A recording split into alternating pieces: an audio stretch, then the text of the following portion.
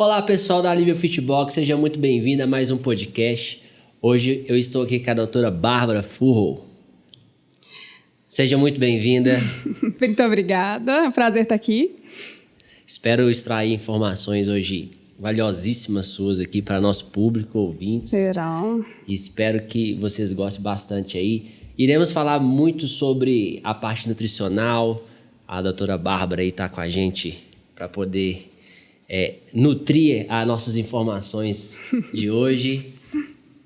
Bárbara, eu já vou começar aqui com uma pergunta valiosa, que eu acredito que parece ser coisa que a gente acha que todo mundo sabe, mas isso é um bom começo. Sempre quando eu começo com nutricionista, eu gosto de saber da história da nutricionista. Sim. Qual que é as vertentes que você trabalha, o que você acredita aí. Se apresente para o público, por favor. Então, como o Júnior já me apresentou, meu nome é Bárbara Furro e eu entrei na nutrição meio que não era necessariamente minha área de primeiro interesse, mas acabei chegando na nutrição depois de ter feito meio curso frustrado de engenharia. Cheguei a fazer meio curso de engenharia e aí fui para a nutrição. E, a partir daí, o grande amor surgiu pela área, de interesse, de entender mais sobre o ser humano, sobre como o ser humano come, porque come, e as escolhas que faz. E, a partir daí, eu sempre, desde que eu entrei para a faculdade, eu queria trabalhar com nutrição esportiva, porque eu sempre fui dos esportes, sempre fiz handball, sempre fiz balé, então sou bailarina também. E, querendo ou não, essa parte de alimentação está muito ligada, né? Então, tive também problemas com a alimentação em si, e aí acabou sendo uma área bem natural de ir, e eu me encontrei muito. E aí, a minha área de trabalho hoje, né, meu público, eu foco muito em emagrecimento, né? Acho que, no geral, é um grande problema. A obesidade é uma epidemia. É um grande público também, né? Um grande público. A parte de transição de vegetarianos, eu também sou vegetariano, então trabalho com a transição de vegetarianos, mas na abordagem que a gente chama de comportamental e que significa que é uma abordagem mais gentil. Uma abordagem que a gente não vai excluir. Ao invés de exclusão, a gente trabalha com adição. Perfeito. O tema educação alimentar, ele é meio associado à dieta, né? Sim. Eu queria, assim, extrair um pouco aí sobre esse assunto que eu acho que é legal. Qual que é a diferença da reeducação alimentar para uma dieta nutricional? O que você acha que o pessoal aí entende com isso? Hoje em dia, eu acho que nunca se soube tanto sobre alimentação, mas nunca se soube tão pouco também. Então, existe muita informação. Existe, né, qualquer rede social, qualquer papo de boteco, a gente aborda alimentação. Só que as informações também, né, não existe muito um filtro. A qualidade dessas informações também veio meio truncada. E a dieta se tornou o termo padrão para, geralmente, quando uma pessoa come de um determinado modo para emagrecer. Quando se fala dieta, a pessoa já pensa, não vou comer, não posso comer meu hambúrguer, não posso comer meu chocolate, eu vou emagrecer, né? E não, o termo dieta vem do grego e significa simplesmente modo de vida. Então, se a pessoa come ali, ela acorda, toma café da manhã, almoça, sem um fim específico, aquilo é a dieta dela. E só que com essa ideia de corpo, né, essa pressão estética, né, veio isso tudo, e aí a gente juntou o termo, e hoje, quando se fala dieta, significa emagrecimento, necessariamente. Perfeito. Na prática é isso, né? Sim. Fazer um emagrecimento. E, assim, eu também cuido de alguns alunos, né? Clientes, alunos, enfim, nas minhas aulas, e alguns deles estão com muitos anos comigo. Eu treino eles na parte de musculação, treinamento resistido, e eu vejo muita dificuldade, não é em emagrecer, a dificuldade é de se permanecer magro, sabe? Porque hoje tem várias formas, medicamento, coisas que eles andam usando assim, até com um pouco de descuidado, digamos, né? Sim. A gente pode até citar alguns deles aí um pouco para frente, mas desses medicamentos, eles conseguem ser emagrecidos, né? É como se fosse um emagrecimento de aluguel. Sim. Aí assim que remove aquele emagrecedor, ele não consegue se manter magro. Qual que é a sua experiência com esse público? Você já teve algum grau de interação com esse tipo de público? Sim, meu primeiro estágio em hospital foi na área de bariátrico.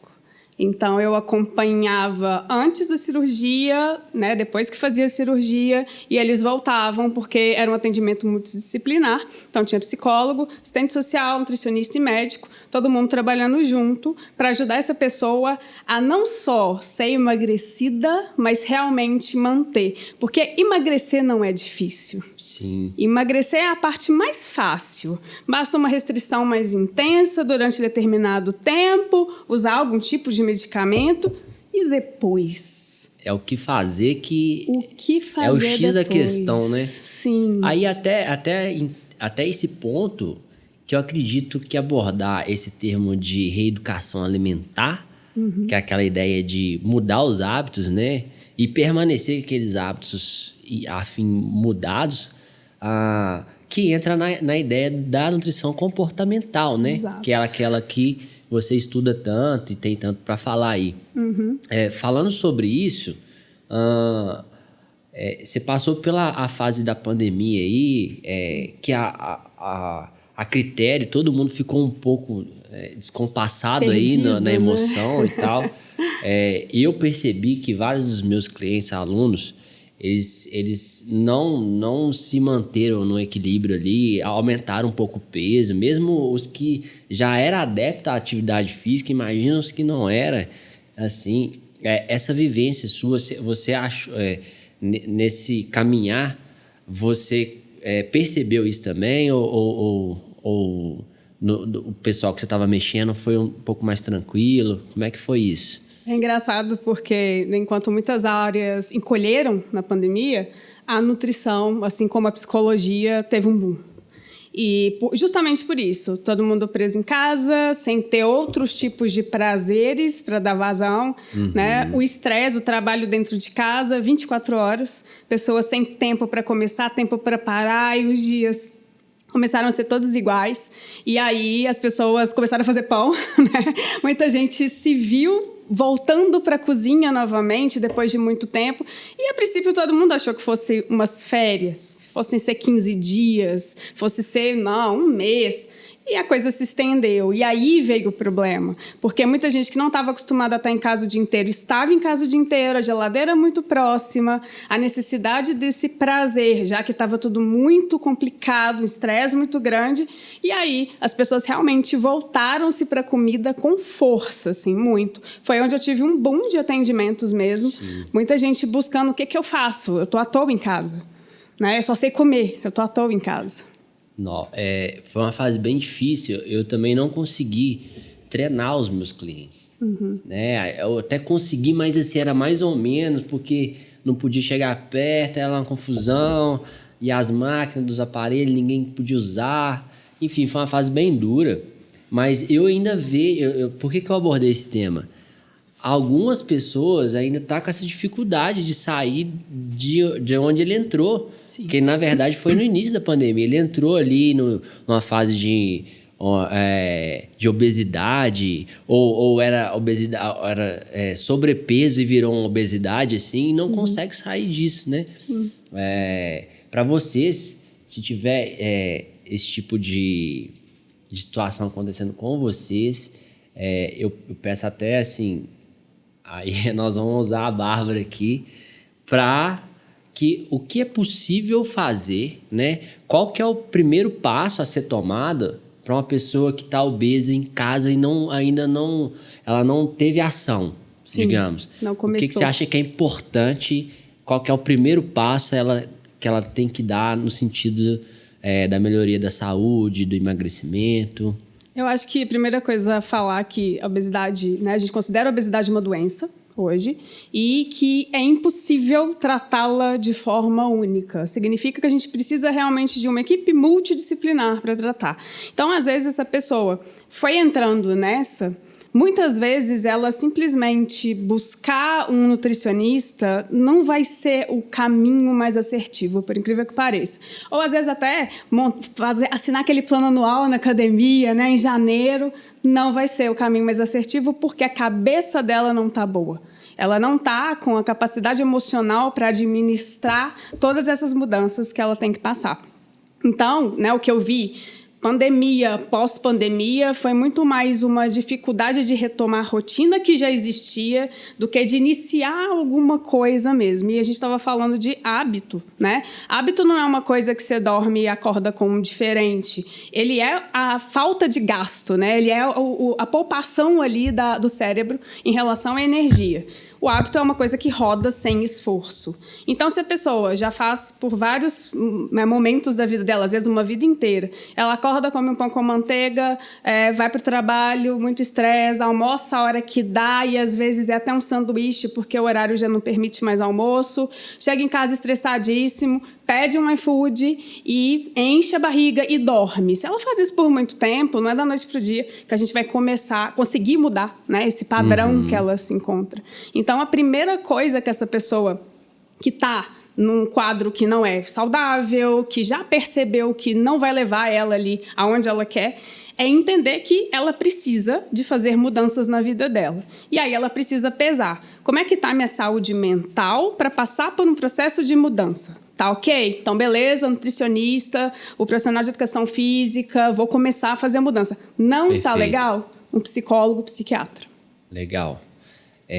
A nossa área ela é de amplo espectro, né? A gente tem que considerar que vários profissionais, o corpo, ele é e tem várias vertentes, e a gente dividiu as áreas para ficar um pouco mais tranquilo a ser estudado. A gente não tem que saber tudo, né? E o que eu venho, até conversando com um aluno meu mais cedo, o ser humano, ele não veio com manual. Tipo assim, nosso corpo não tem um manual dele que a gente pega o manual assim, deixar o manual, somos exatos, né? Definitivamente. Não tem jeito. Somos. Então, a gente tem que começar a fazer algumas tentativas, até abordando a situação.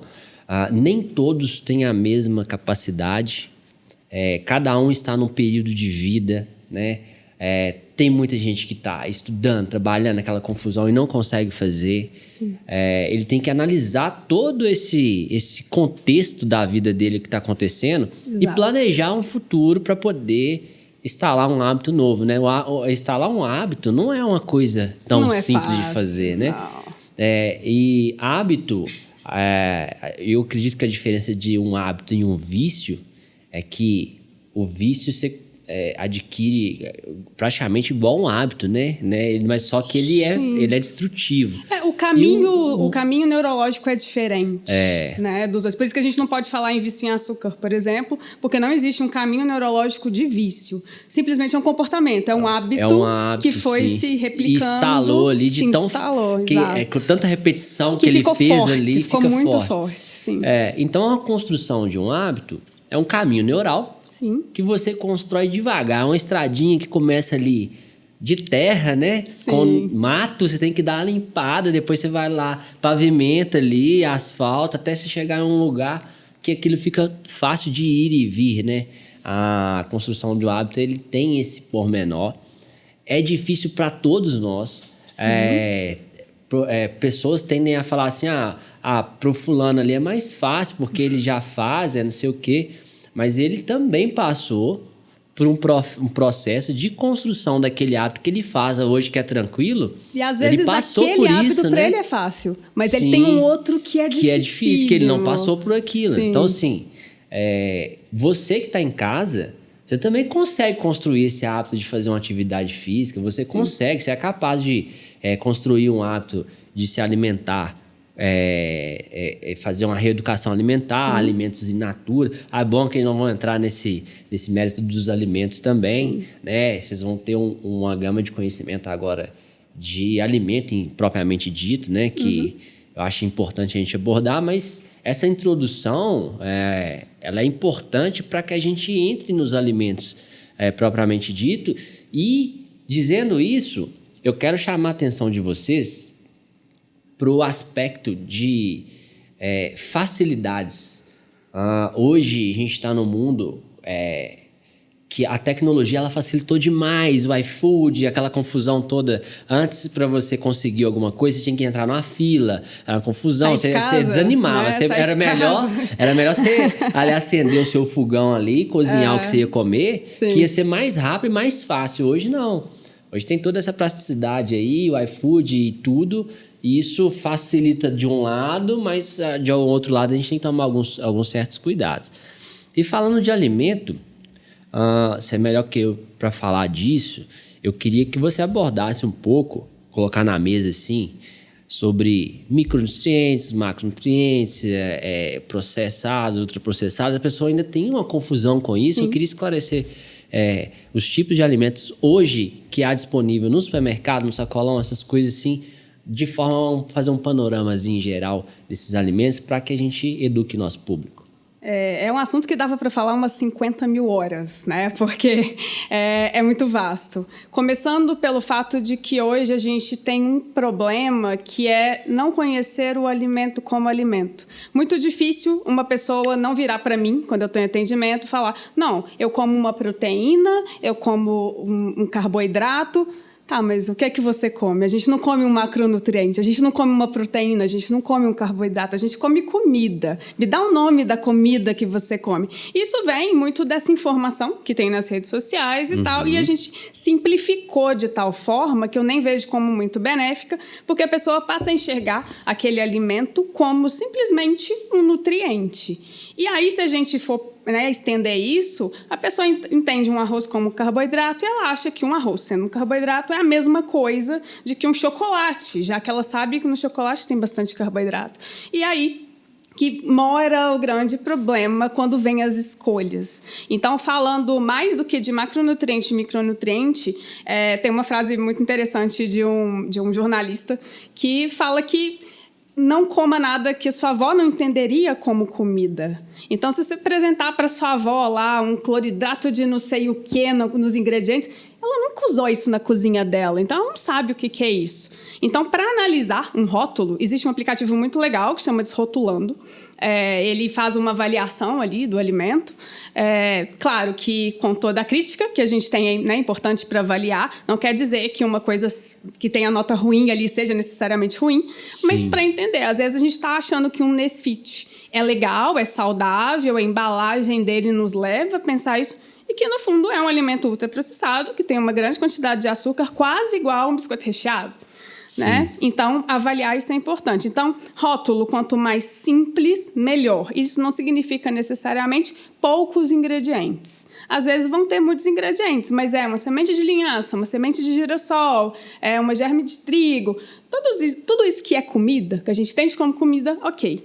Começou a ter siglas demais, nomes químicos demais, já acende um alerta que talvez aquele alimento ou aquele produto não seja para consumo tão frequente. Sim.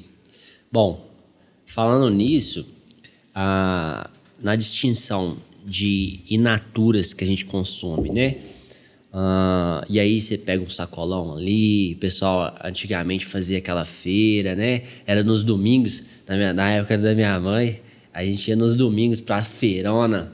Aí aquelas feironas fechavam a rua, instalava aquela feirona de verdura, aquela confusão toda. Assim, aqui eu vejo muito pouco isso, mas essa cultura vai acabando. Sim. Então, para você achar um sacolão, até o próprio sacolão agora é aqueles de grandes redes que você não sabe também da onde vem, né? A gente não pode duvidar de nada, mas assim, o que chega no sacolão ali é aquele volume de verduras e legumes, e daquilo sai várias nutrições, né, em cima. E as pessoas acham que o sacolão, o carboidrato do sacolão, ele é melhor ou ele é pior do chocolate.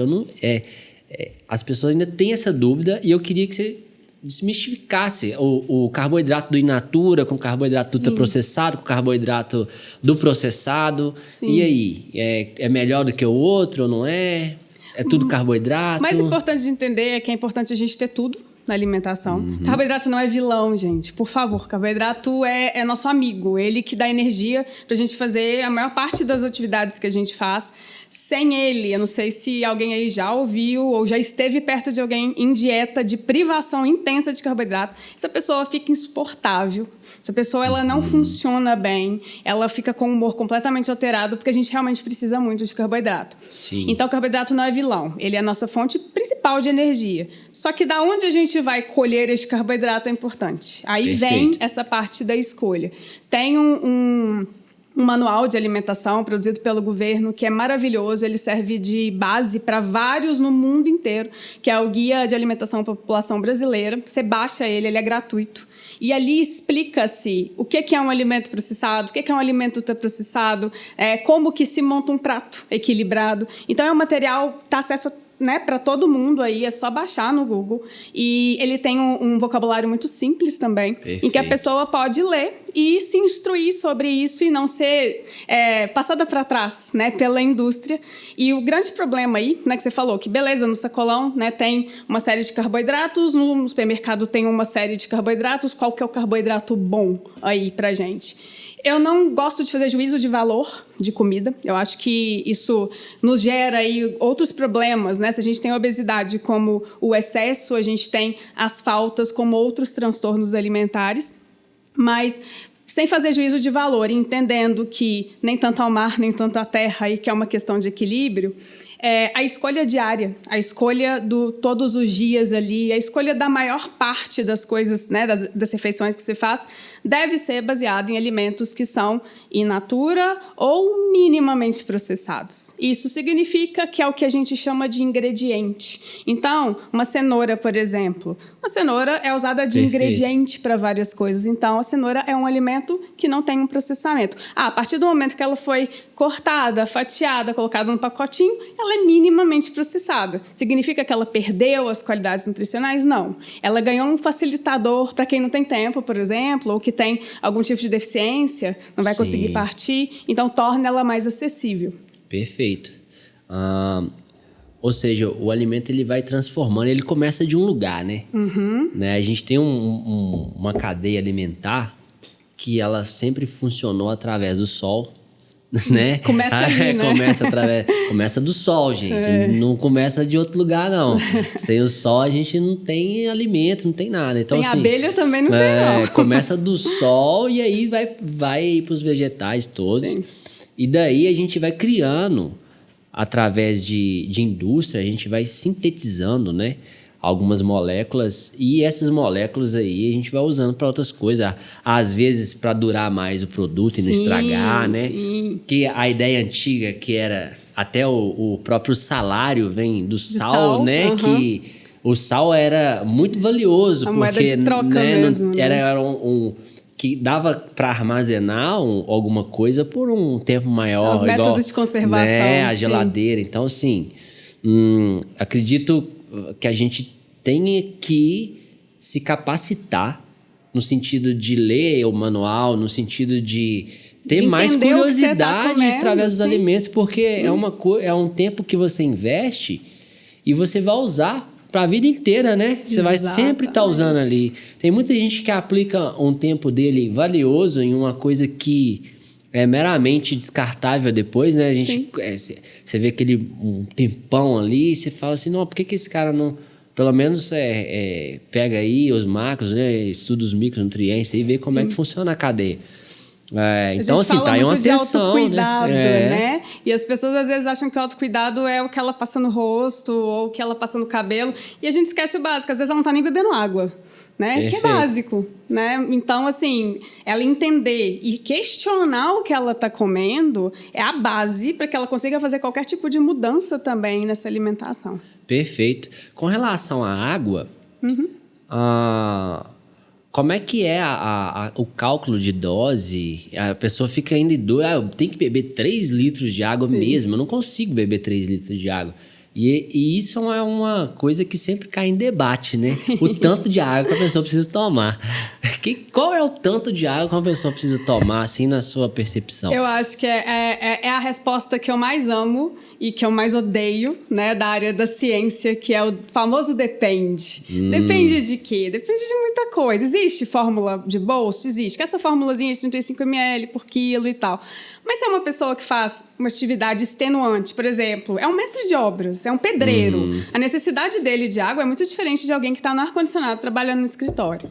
Então, o melhor marcador de que você está bebendo água de forma adequada é a urina. A urina tem que estar clara. Perfeito. Clara, com o odor suave, ok, está bem hidratado. Tá radioativa, sinal de que algo não anda bem. Mudou de cor, não é mais amarela, tá passando para um marrom, a gente tá com sérios problemas de saúde. Entendi. Aí pode procurar um hospital. Então, é observar aí os dejetos mesmo, né? É essencial, a gente tem que olhar para a urina, a gente tem que olhar para as fezes. A gente, às vezes, só fecha o vaso e vai embora, mas ali diz muito sobre a nossa saúde. Ah, perfeito aí, pessoal. É um ensinamento aí que a galera tende a negligenciar esse negócio. Muito aí. médico pergunta, né? Ou deveria perguntar, como é que tá as fezes? Tão boas, mas o que é boa? Às vezes, para aquela pessoa, ela não tem um parâmetro. Né? Normal não. O que é normal, né? Porque é normal para ela, né? Mas o que seria normal? Com relação a esse pedacinho, para a gente fechar, o que é considerado o intestino preso? Quantos dias a pessoa. De quanto em quanto tempo é normal ela fazer urina ou fezes, enfim.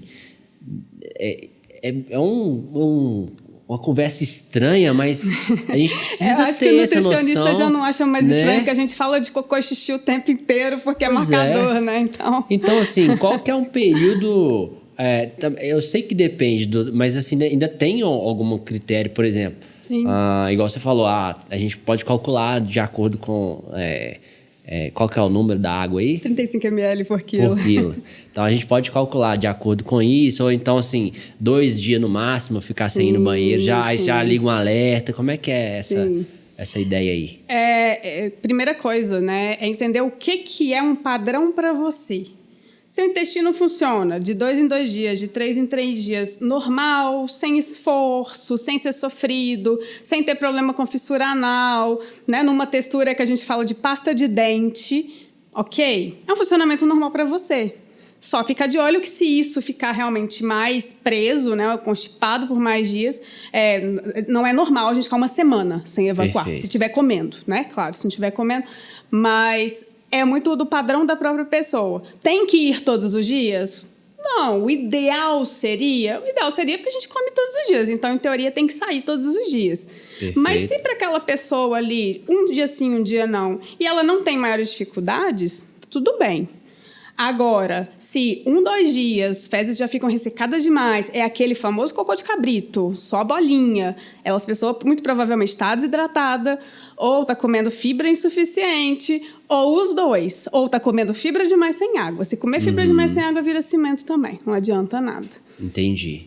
A fibra, ela rouba muito da água do Ela absorve, intestino. se não tiver água suficiente, faz cimento, não tem jeito. Esse é um assunto bem, bem, bem interessante a gente ter trago aqui. Sim. Pessoal, esse assunto, eu espero trazer a Bárbara de novo aqui pra gente render esse assunto aqui. Sim, viu? a gente pode falar, que é vocês podem trazer temas também, se vocês têm interesse. É um assunto que eu acredito ser um assunto importantíssimo, que faz parte do cotidiano das pessoas e elas não prestam atenção nisso. Né? Não prestam atenção e tem várias dicas aí nesse assunto. E hoje a gente está fazendo um panorama para que a gente volte depois a pincelando isso aí. Eu vou passar agora para um tema que eu gosto. Tá? Ele é um tema um pouco... cabeludo? Delicado. É um tema delicado. Mas, assim, a gente tem que abordar vários temas aqui. Sim. O uso de medicação. Sim, tá? perfeito. O uso de medicação sem receita, sem passar por um profissional. Sim, ou o que você está pegando muito isso no mercado. Está acontecendo demais ou não? O que você acha disso tudo aí, desse uso exacerbado aí das medicações?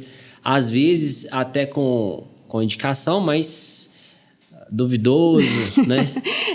Eu acho que a primeira coisa é a crítica, que muitas vezes com esse excesso de informação e pouco conhecimento a gente tem para avaliar o que realmente é necessário, o que não é tão necessário. Então, sim, na minha prática tem aparecido muito, até o sem receita, mas a maior parte é com receita, só que estudando um pouco mais, sem indicação, né? Então, eu acho que as medicações que estão vindo aí para a obesidade são incríveis, são um excelente ponto, um avanço, assim, como nunca antes, já que a gente tem a obesidade como um dos maiores problemas mundiais e está crescendo. Até, acho que 2050, eu não estou certa desse dado, metade da população vai ser obesa.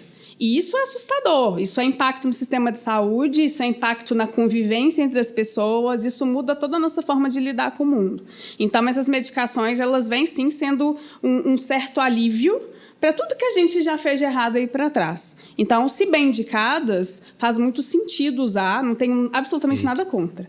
O grande problema vem aí, quando a indicação é simplesmente para perder uns 3 quilinhos, porque a pessoa está com pressa. São medicações caríssimas e com vários efeitos colaterais, inclusive de alteração de humor. Pode, por exemplo, né, o famoso Ozempic, que é o que está em voga e agora o pessoal está falando até da cabeça de Ozempic. Por que a cabeça de Ozempic? Não é o medicamento que causa isso, mas é um emagrecimento excessivo. É quando ele passa, a cabeça não emagrece e aí a gente tem essa diferença de tamanho. E muita gente está usando o Ozempic como se fosse uma coisa que não tem problema. E tem. É um medicamento que pode dar, inclusive, pancreatite. Sim. É sério. Então, e tem muito médico simplesmente passando para ficar livre daquele paciente ali, né? Vai lá, toma, resolve o problema aí e fica feliz, né? Falta da responsabilidade. Então, sim, eu sou super a favor da medicação, porém, não em todos os casos e sem receita, então nem se fala. Não faça isso com sua saúde, não faça isso com seu pâncreas, com seu fígado. Não vale a pena.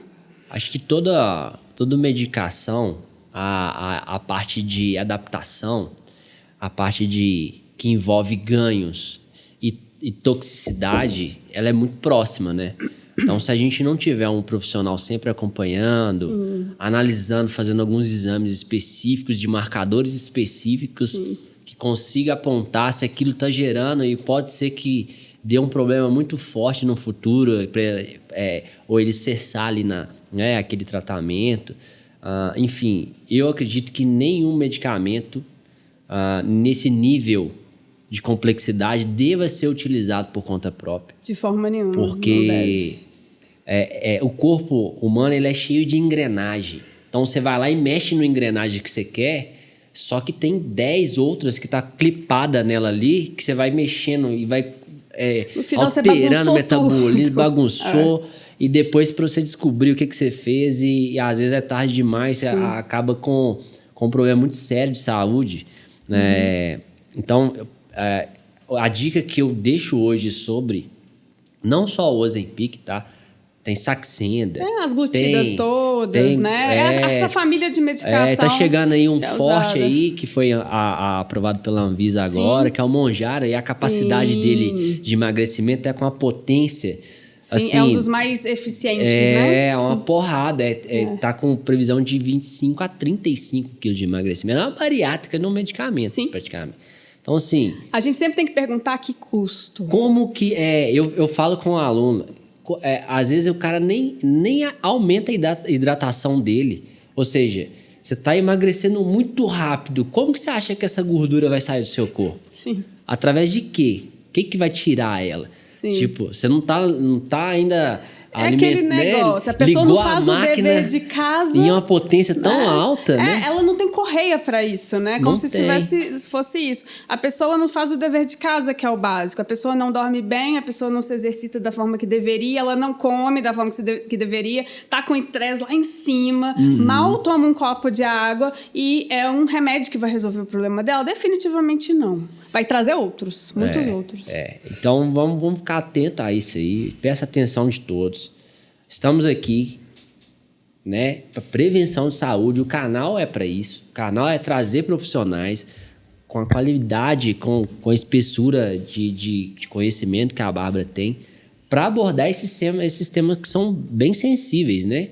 São temas sensíveis, são temas que a gente tem que cada vez mais gerar um conhecimento um pouco mais denso, porque aquele rasinho, aquela coisa rasa no que... rasinho parece né, muito bom. vai mandando, né? Ali, você rola um Instagram ali, aquela coisa solta, rasa, assim. Então, assim, tenham mais interesse antes de começar uma coisa desse nível. Eu acho que conhecimento mesmo, né? Fiquem muito atentos em quem vocês estão se inspirando, quem vocês seguem, o que é que essas pessoas estão falando para vocês. E quando a esmola é muito santo, tem que desconfiar mesmo, porque geralmente tem alguma coisa por trás, né? Igual, né? Essas medicações todas são boas, se bem indicadas, se bem acompanhadas, mas é para todo mundo? Definitivamente não. E Perfeito. Quais são os efeitos colaterais? Será que, para mim, não seriam efeitos colaterais horríveis? Tá lá na bula, né? Se abrir a bula é enorme dos efeitos colaterais. Então, não é igual um pergaminho, água. Né? É um pergaminho. Você abre a bula, é um pergaminho. Vai desenrolando. Eu quero tomar água com limão porque eu ouvi falar que faz bem. Toma, isso não vai te fazer mal. Toma, isso não tem nenhum tipo de malefício. Benefício também não vai ter, não. Mas se você se sente bem, fica à vontade. Agora, quando a gente está falando de medicação, é muito mais complicado. Muito mais. Muito bom. Pessoal, nós vamos entrar aqui numa outra vertente aqui da nutrição, que eu queria saber, Bárbara, aquela ideia de comer a cada 3 horas, a cada 2 horas, ou fazer uma intermitência, ou aquele jejum que o cara come uma vez só por dia, aquela confusão. Qual é o olhar da nutrição e da onde eles definem esse comer mais ou mais vezes ou muito mais quantidade de uma vez só e não comer mais? Como que a gente pode tratar esse assunto de uma forma tranquila aí para o nosso público? Eu acho que tudo... em algum momento, alguém levantou, né, essa lebre e se fez uma pesquisa sobre... Né? Não necessariamente uma pesquisa realmente profunda, embasada. Por exemplo, a ideia do jejum, né, de fazer autólise de célula e tal, foi feito in vitro, foi feito com célula. Então, a aplicação no corpo humano, de fato, no ser humano mesmo, ela vai acontecer de uma forma diferente. Então, às vezes, as pessoas pegam esses estudos que foram feitos lá atrás e querem basear condutas de agora. O jejum gera emagrecimento? Sim, se houver déficit calórico. Ou seja, no final das contas, se houver déficit calórico, existe emagrecimento. Ponto. É matemática simples. Para gerar déficit calórico que é a grande questão, porque às vezes a pessoa consegue ficar 1, 2 dias ali num déficit mais profundo, no terceiro, no quarto ela já começa a não aguentar e aí ela chuta o pau da barraca, né? Sim. Então, o problema não é o jejum. Se o jejum também acontece de forma natural, tem gente que não tem apetite de manhã. A pessoa acorda, não tem apetite, vai ter apetite ali pelas 10 horas da manhã. E é o momento que ela vai parar para fazer o café da manhã dela. Ok, ela se sente bem. Se ela vai treinar e ela comeu e ela se sente mal comendo, tudo bem. Mas se ela não come, ela treina bem, tranquilo.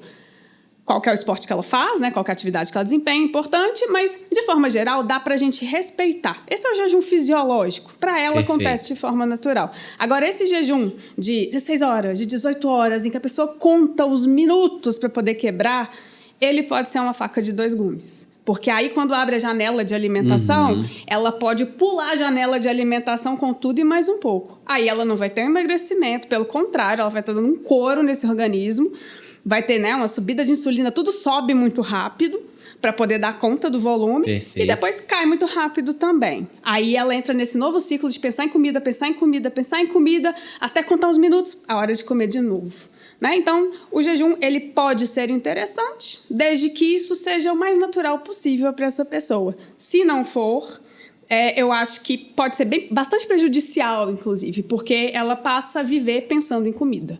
Entendi. É mais mental do que fisiológico isso, então. Porque se a gente for parar a pensar, se a gente comer na hora que dá fome, É o normal, né? Você A tá maior com parte fome, das pessoas não sabe a hora que come, está com fome. Isso né? é uma loucura de pensar, mas todos os dias eu atendo gente que me fala, eu não sei a hora que eu tô com fome. E aí eu falo assim, mas você come, tá? A pessoa não. Eu vou comer quando eu estou, assim, querendo matar alguém. E esse não é o ponto da fome. Esse já passou há muito tempo. A fome já veio antes. Só que ela ignorou, porque ela está trabalhando demais, porque ela não tem tempo. E ela vai deixando. Quando o negócio vem, ela vem com muita força. E ela passa a considerar que isso é fome. Enquanto, na verdade, a fome veio antes. Nesse momento, ela já está voraz, já passou. Entendi. Assim como a saciedade. A saciedade não é quando a gente está estufado. A saciedade é antes. Comeria mais. Porém, Sim. não vou comer agora. Tá tudo bem parar. Parece que demora a chegar a saciedade. Ela tem Demora. um delay maior do que Existe. o prato, né? A fome. Ou seja, você tá ali comendo. Aí você vai comendo. Sim. E aí, no final das contas, era pra você ter parado antes, mas você não deu por vontade de parar antes. Sim. Acho que vai ter que ter um controle aí mesmo, né? Na parte Esse é o ponto. A gente de dose, perde né? isso ao longo da vida. O bebê sabe muito bem disso. Ele vai pro peito, ele mama até o ponto que deu. O ponto que deu, ele recusa. Acabou. Os sinais dele estão muito alinhados. Perfeito. Só que a gente vai crescendo, aí fica aquela coisa. Aí o menino tem que comer. Só que o menino tá com fome aquela hora. Mas o menino tem que comer, porque tem que sair, tem que ir pra escola. Entuxa comida no menino. Distrai o menino com uma televisão. Ele não presta atenção se ele tá comendo, se ele não tá comendo. Come-se rápido, não dá tempo do sinal chegar. Ele tá Perfeito. distraído com outra coisa, não percebe o sinal chegando. E aí a gente vai ficando desconectado. Eu trabalho muito, a nutrição comportamental trabalha muito nessa linha, de trazer de volta esse entendimento dos próprios sinais. Claro que para objetivos específicos a gente vai trabalhar com a dieta propriamente dita. Mas quando não, a pessoa quer só saúde, quer voltar a comer melhor, ela está muito errada, quer melhorar a rotina e tal, dá para a gente trabalhar assim e dá para fazer inclusive a abordagem que é sem dieta. É a sugestão de alimentos em determinados horários para ela poder voltar a ter uma rotina alimentar. Então, 3 em 3 horas, 4 em 4 horas, isso tem muito mais a ver com ela, com o que ela precisa, os horários que ela entende como fome, ela vai precisar entender o que é fome primeiro, para depois a gente elaborar. Agora, gestante, por exemplo, que é um público muito diferente, é de 2 em 2 horas, senão ela enjoa. Né? Entendi. Então, não cabe tanta comida não igual cabe, antes, ela tá tal. mais sensível. Então, cada público acontece de um jeito e depende muito da rotina dessa pessoa, né? Se é mais ativa, menos ativa. Sim. Interessante falar do TGI, né? O trato gastrointestinal, ele é um tubo, né? É um tubo. É um longo tubo. E cada parte dele ali faz algum tipo de especialização. E falando do estômago, o estômago, ele por ter a parede muscular bem extensa, há um aumento do estômago e uma diminuição desse estômago com os estímulos que a gente dá, ou seja, alimentei até explodir, aquele estômago vai ficar maior, ou se eu dosar aqui um pouquinho de cada vez, meu estômago vai diminuir, vai adaptar. O que você entende sobre essa função aí para passar para o público que a gente possa trabalhar de forma benéfica, né? Para ajudar mesmo, ser positiva aí. Eu acredito que se isso acontecer mesmo, com o estômago menor, a fome é menor também, né? Não é tão, né? Ou você não consegue comer tanto igual você comeria antes. A base da bariátrica é essa, né? É tirar um pedaço para diminuir a superfície absortiva, para melhorar essa percepção de saciedade. Só que a gente tem um grande viés na bariátrica que se chama o comportamento. Se a pessoa come simplesmente porque ela não consegue entender sinais de saciedade, beleza, a partir do momento que o estômago foi diminuído ali porque tirou um pedaço, né, a partir do intestino ali, tirou-se um pedaço, essa pessoa não vai sentir fome, ela diminui a quantidade que come, ela emagrece. Agora, se é por comportamento, a gente consegue comer muito mais, a gente come sem fome. E aí está o grande problema. Então, assim, o estômago, ele realmente dilata quando essa alimentação é em grande quantidade, muitas das vezes, e essa dilatação vai fazendo com que esse estímulo de saciedade não seja tão eficiente. A gente não produz o suficiente para que o corpo... É aquela coisa da grelina, né, do hormônio. Então, a gente não vai ter tanto essa percepção. Os peptídeos não chegam lá no cérebro, a gente não vai ter essa percepção.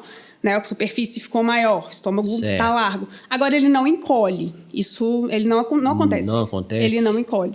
Né? Claro que em casos muito severos, e aí é porque já está havendo, realmente, a pessoa está destruindo o próprio corpo, né? Desnutrições muito severas, vai usar tudo que tem, inclusive órgãos. Né? Casos de anorexia muito intensos, desnutrição muito intensa, aí não sobra músculo, os órgãos vão ficar muito prejudicados, mas não seria uma diminuição, não. Mas o aumento acontece assim como o da pele, né? O obeso maior, depois que ele emagrece, ele tem que fazer cirurgia, porque a pele não volta, ela tem a elasticidade limitada, né? Cresceu, não volta. Digamos que então tem um relaxamento e uma contração ali, mas ele pode ficar um pouco mais contraído, mas não menor, né? Digamos. Isso, Legal. Passando pela absorção, e aí é um tema legal, tem um sistema que é da grelina e leptina, né? Que é retroalimentativo. Isso. E desse sistema surge a sinalização de fome e saciedade, né? A leptina, ela não tem tanto tempo que eles descobriram ela, né? A célula adiposa que gera ela e dá esse ela sinal. Tem pouco tempo, é uma questão de 20 anos aí, é bem recente a descoberta. Esse eixo de controle, ele meio que desanda às vezes, né? As pessoas, dependendo do que elas fazem com o organismo delas, elas perdem toda essa... também, se produz mais ou menos. Então, assim... não vai... o que eu quero trazer é porque tem muita gente que fica nessa ideia de comparativo, né? Se eu consigo, por que não consegue? Enfim, não é tão bem assim. Não é simples assim. Né? Se eu faço, alguém faz. Não, calma. Tem o lado fisiológico aí, tem todo o sistema dele.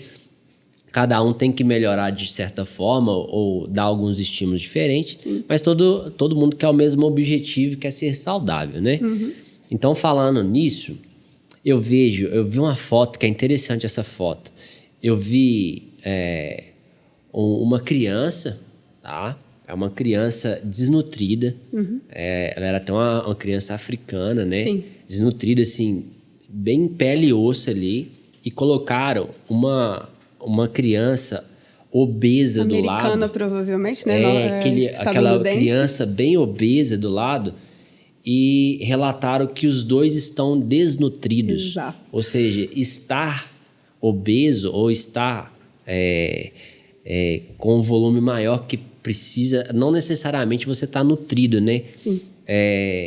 Isso é interessante, porque... Forma física não é preditor de saúde. Não quer dizer que o cara é magro, que ele é saudável, ou desnutrido, né? Sim. Bom... Isso aí eu queria entrar um pouco mais, né? O corpo humano, ele adapta a todo estímulo. Nós somos seres adaptativos. Extremamente. Então, estímulos bons para gerar bons hábitos, no intuito de se alimentar bem, o que você tem de dica para que as pessoas comecem a praticar em casa, que você já deu essas dicas para alguns clientes seu e que esses clientes absorveram muito bem, conseguem aplicar às vezes na vida. Enfim, vamos soltar algumas aqui, porque às vezes um pega, né? Não, isso aqui eu consigo. Ele não dá, não. Para mim ainda... Sou bem neném nessa área, né? Tô começando. Então, assim, vamos soltar algumas partes de uma criação de hábito para que o pessoal que está nos ouvindo aí possa absorver isso e aplicar aí. Acho que uma coisa importante de falar é que forma física não é preditor de saúde. Então, um abdômen tanquinho não quer dizer que essa pessoa seja saudável, né? Ou a pessoa não tem um abdômen tanquinho, quer dizer que ela seja saudável. É claro que existem alguns indicadores, né? Relação cintura-quadril, a gente ainda usa ela, o IMC não mais, tá? O IMC está ultrapassado, gente, muito ultrapassado. Mas a gente ainda usa a relação cintura-quadril, a gente avalia muito essa gordura abdominal, se é daquela mais dura, se a sua barriga está daquela mais dura. No geral, você não tem muita gordura no resto do corpo, mas na barriga tem aquela gordura dura. Fica atento, pode ser a gordura visceral, que é a pior delas, né? Não é essa que a gente vê no espelho, ela está ali dentro dos órgãos. Certo. Então, é bom olhar. E por que que ela é a pior, assim? Por que que ela marca ser pior do que a subcutânea? Porque ela não deveria estar ali, né? Ela está num lugar que ela não deveria estar. Ela está fazendo... Aí, né, entrando nesse papo de inflamação, e não, gente, vocês não são todos inflamados, por favor. Não pensem nisso, não é o caso. Mas no caso da gordura visceral, a gente tem um clássico caso de real inflamação, porque começa a acontecer inflamação desses tecidos, essa gordura está num lugar que ela não deveria estar, que é dentro dos órgãos, né, na superfície dos órgãos, prejudicando o funcionamento desses órgãos. Então, a gente pode ter até uma cirrose, por exemplo, porque o fígado não consegue funcionar como ele deveria, e daí para frente vários problemas. Então, ela é pior porque, em sentido de saúde, ela é mais crítica. Pouca coisa pode fazer um efeito catastrófico. Perfeito. Vantagens também é que, a partir do momento que essa pessoa muda os hábitos, ela se vai muito mais fácil também que a gordura subcutânea. Porque o organismo é inteligente, ele vai tirar o que está prejudicando ele, né? Você dá para ele o que ele precisa, ele trabalha, né? Exatamente. Mas, falando, né, de dicas, de forma geral, é o dever de casa. Eu converso isso com pacientes todos os dias, e todos os dias eles ficam assim, não, mas não é possível. Ainda não inventaram nenhuma fórmula mágica que fuja da vida equilibrada, saudável, que é um sono, né, horas suficientes. Perfeito. E um descanso suficiente, água. Não é incomum eu pegar pacientes que, mas eu não consigo e tal. E a gente vai ver, e o emagrecimento muitas vezes ele tá nos detalhes, porque Sim. no geral todo mundo sabe o que precisa comer, sabe o que não deve comer com tanta frequência.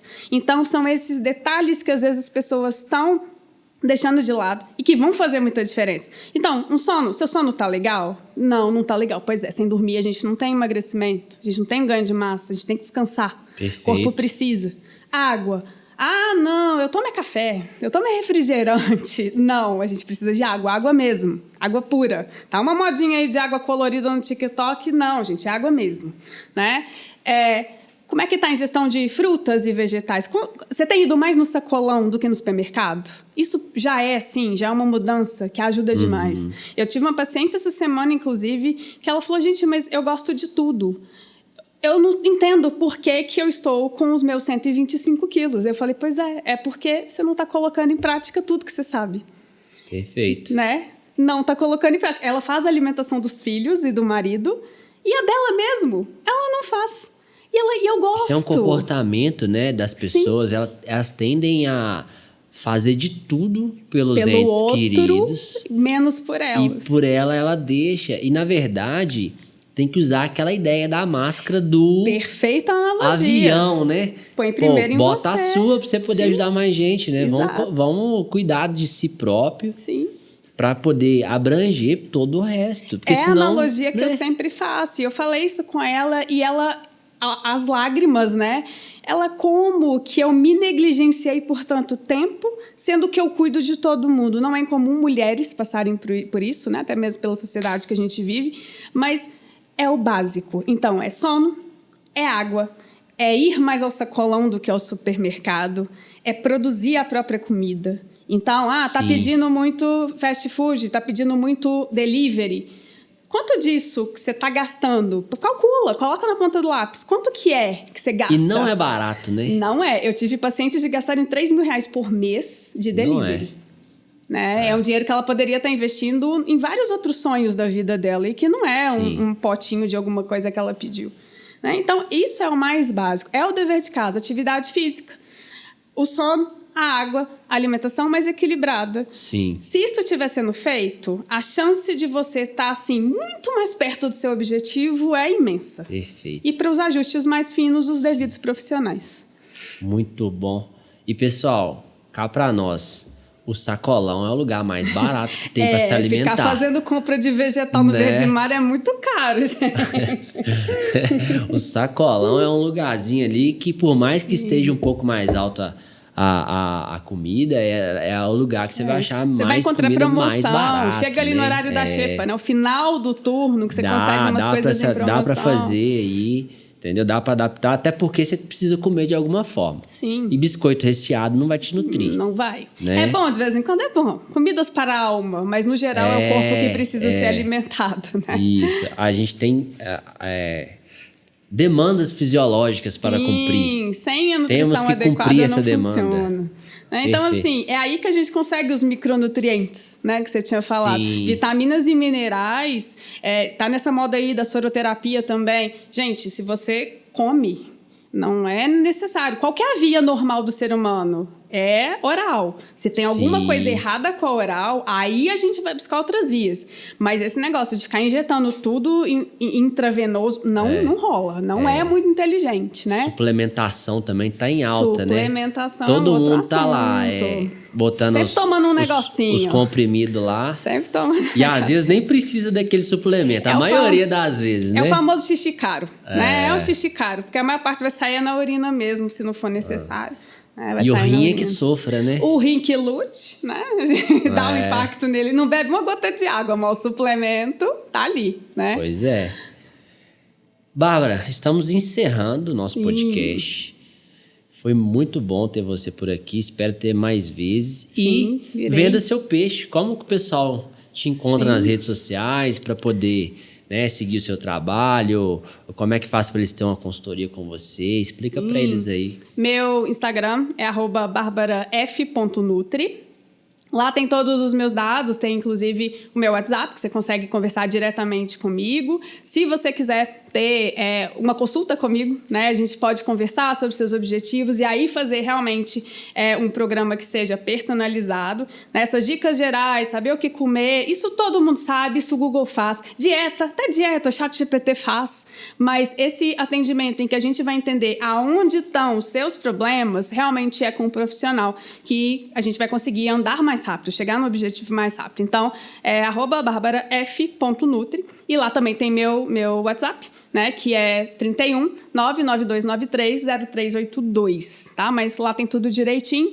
Tendo dúvidas, querendo sugerir temas também, pode ir lá no meu Instagram, pode sugerir. Eu sempre trago.